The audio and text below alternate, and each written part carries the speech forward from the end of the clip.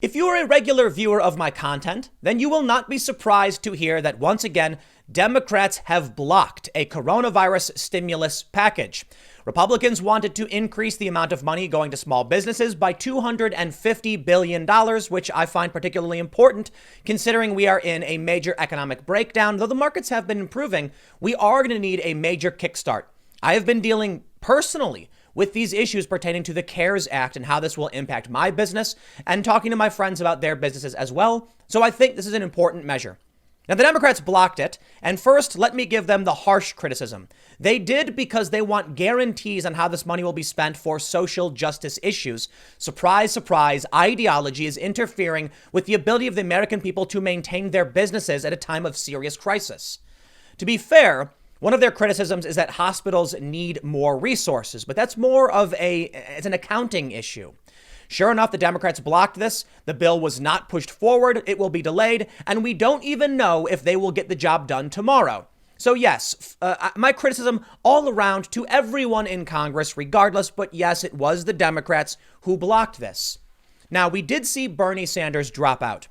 But many people are wondering how far the social justice ideology will continue to infect the Democrats, because that's one of the big issues that jammed up this relief package. Calls for, minority and low income and other social justice narratives into how people can get, loans for their crippled businesses amid this pandemic. And even with Bernie Sanders leaving, there's a few things we have to recognize. Bernie Sanders raised substantially more money than Joe Biden did. And some people are arguing now that the relief packages we're putting forward are socialism themselves, though others argue it's just an emergency package. We are going to see more of the Democrats embracing socialism and social justice. It will not end with Bernie Sanders. But first, let's get started by going over exactly what they blocked, why they blocked it, and guess what? What if I told you that certain media outlets were trying to protect the Democrats by blaming partisan issues instead of the fact that they blocked this bill because they wanted to put things in it? You would not be surprised by that either. Well, I'm going to show you how CNN ran a headline and then changed it later to blame Republicans or to make it fair and balanced when it's not really. This is CBS News with the accurate headline. Senate Democrats block $250 billion expansion of small business loan program. Why? Well, we're going to find out. Before we get started, make sure you go to timcast.com/donate if you'd like to support my work. There are many ways you can give, but the best thing you can do, share this video because it helps me expand and grow at a time when YouTube is propping up mainstream media and actually hurting independent commentary and journalism. But also make sure to subscribe, hit the notification bell, hit that like button. It really, really does help. Comment below if you'd like. Let's read the news.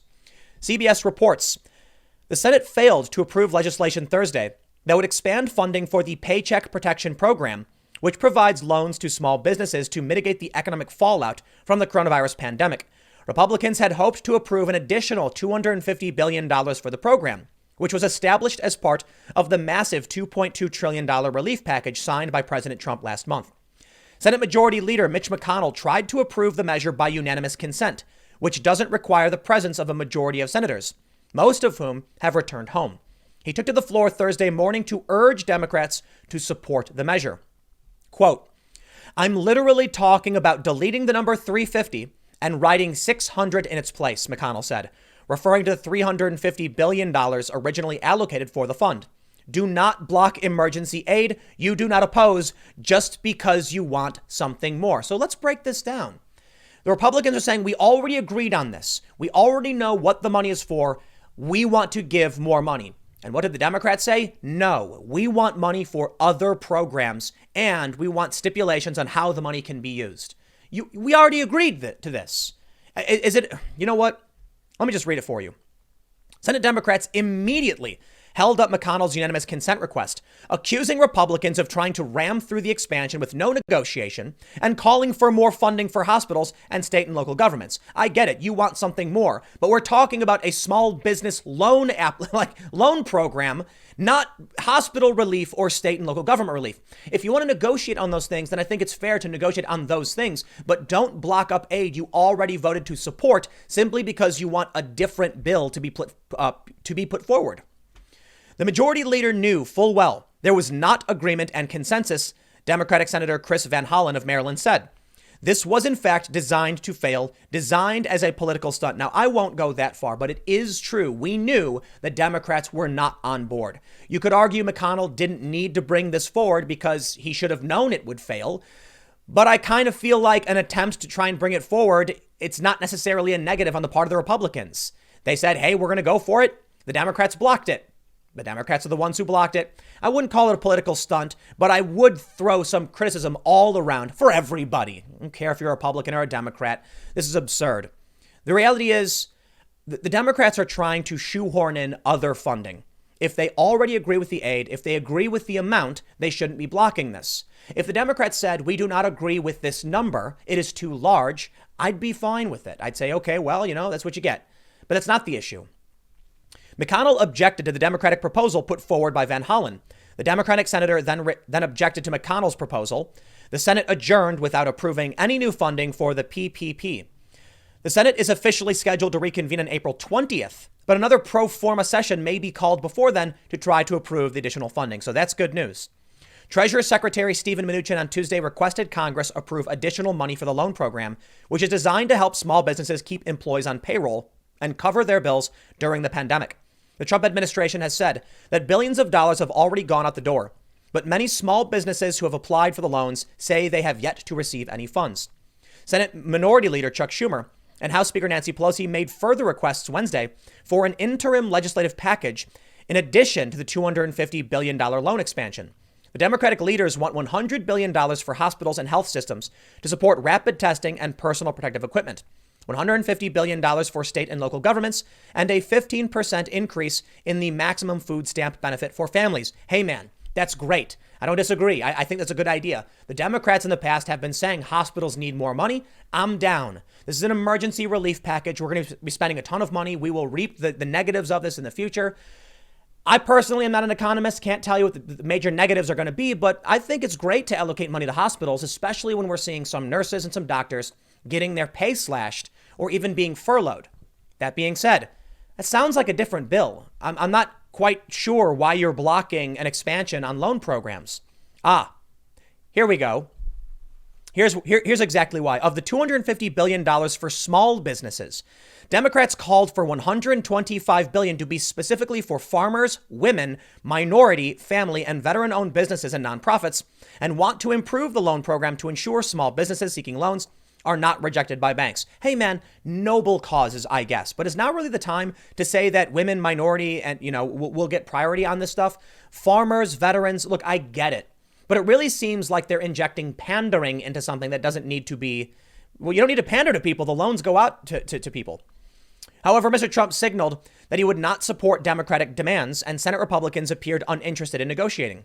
We don't have time for the partisan games, Mr. Trump said during the coronavirus task force briefing at the White House.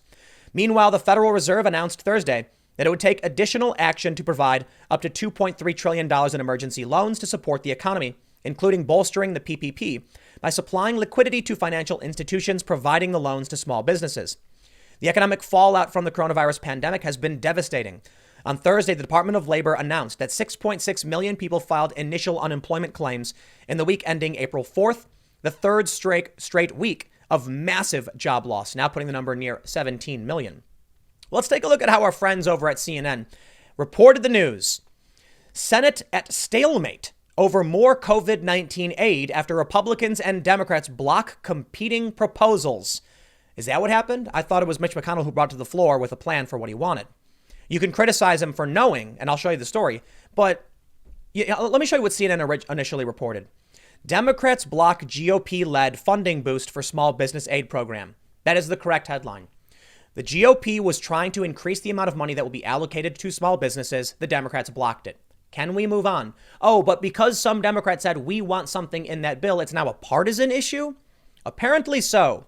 Politico reports Senate fails to approve new coronavirus relief after partisan stalemate. Yes, technically the truth. Fine. Now, even CNBC has no problem saying that Democrats block McConnell's bid to add $250 billion in small business aid. Can we just be honest about this? You've got CNN and Politico trying to make it a partisan thing. That's what's called false objectivity. CNBC actually, I think, has the best headline of any of these outlets. McConnell had a bid to increase the money. The Democrats blocked it. It wasn't proposed by the Democrats. It was proposed by McConnell. We saw this yesterday. We knew it was coming. So yes, you can criticize McConnell. I've never been a big fan. Democrats tack on demands to $250 billion boost for small businesses. And they specifically point out that they wanted the social justice, women and minority, family and veteran owned. Now, look, I get it. Farmers, family and veteran owned. That's not social justice.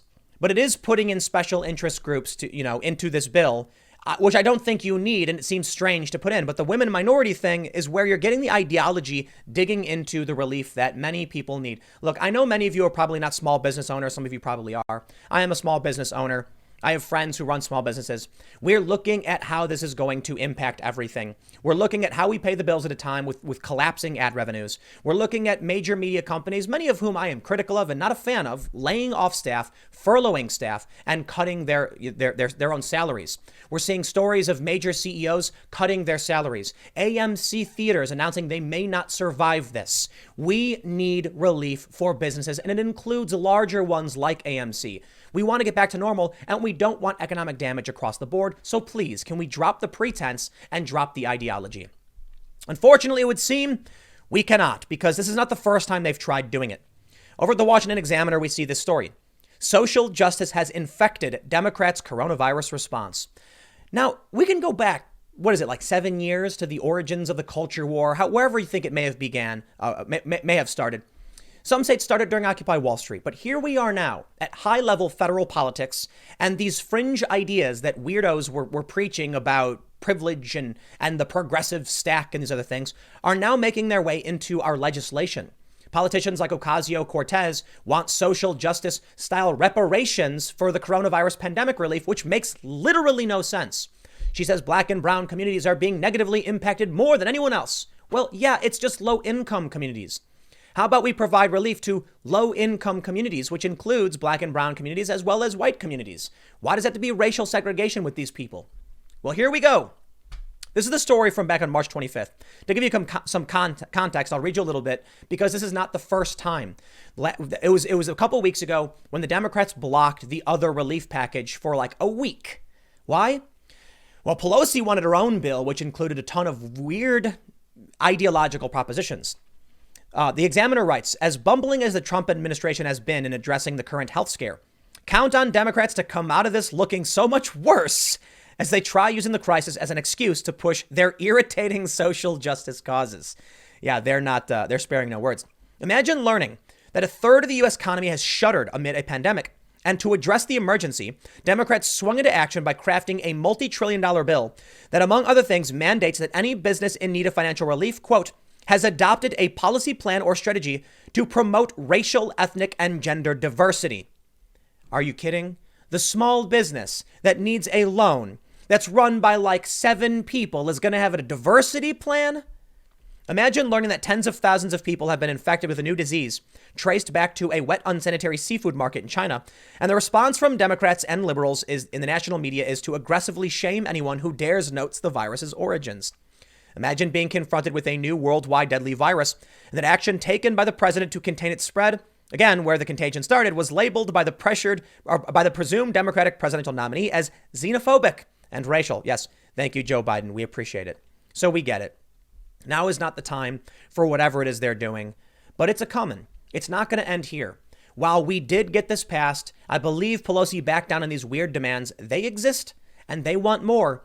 We can see how it's actually becoming a part of the Democratic Party, even with Bernie Sanders finally dropping out. Joe Biden proves centrist Democrats have lost to the social justice mob. This story from March 16th points out how Joe Biden pledged to have a female vice president. Why? Can we just have a good vice president? Can you find someone who's going to do a good job, be it a male or a female? I mean, most of us liberal types, be it, center right or center left, I mean, liberal in the true sense of the word, social or classical.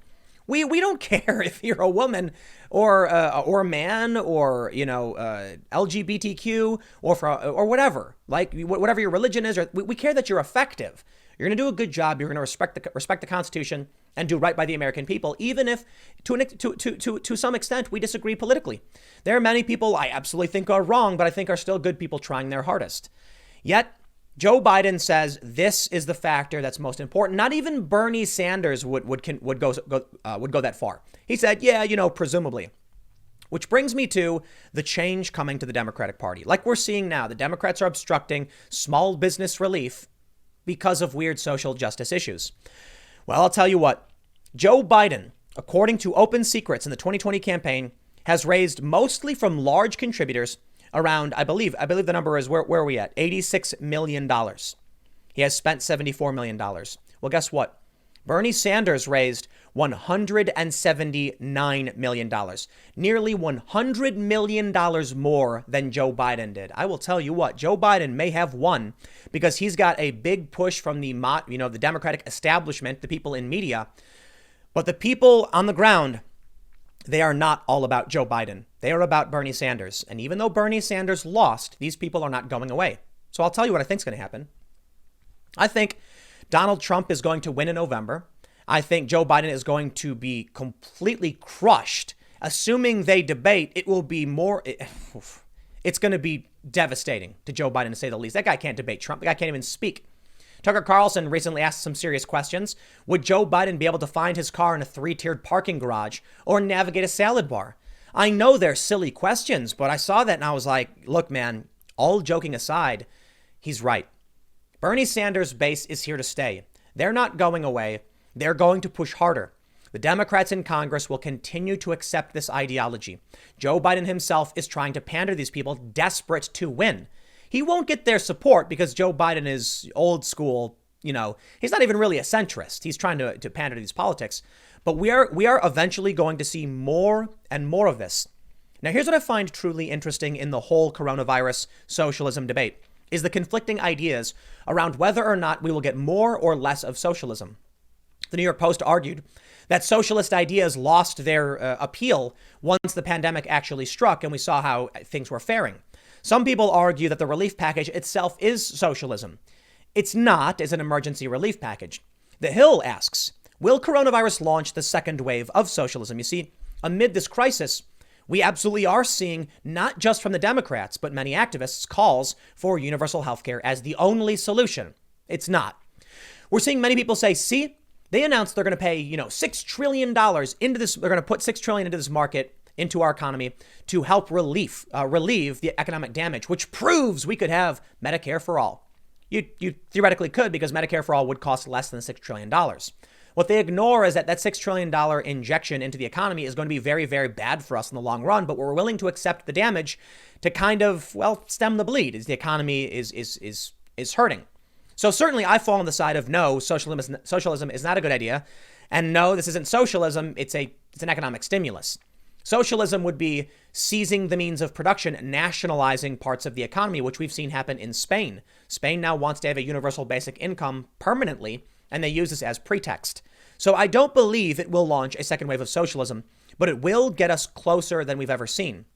Commentary Magazine says, the Democratic Party's socialist makeover is only delayed. I read this on my second channel, and I agree. Just because Bernie Sanders dropped out doesn't mean that the massive support he received is going anywhere. The Democratic establishment is under fire from both sides of the culture war. You've got the progressive left and the social justice warriors, as well as the Trump supporters and conservatives and everybody in between, wagging the finger at the establishment resistance DNC.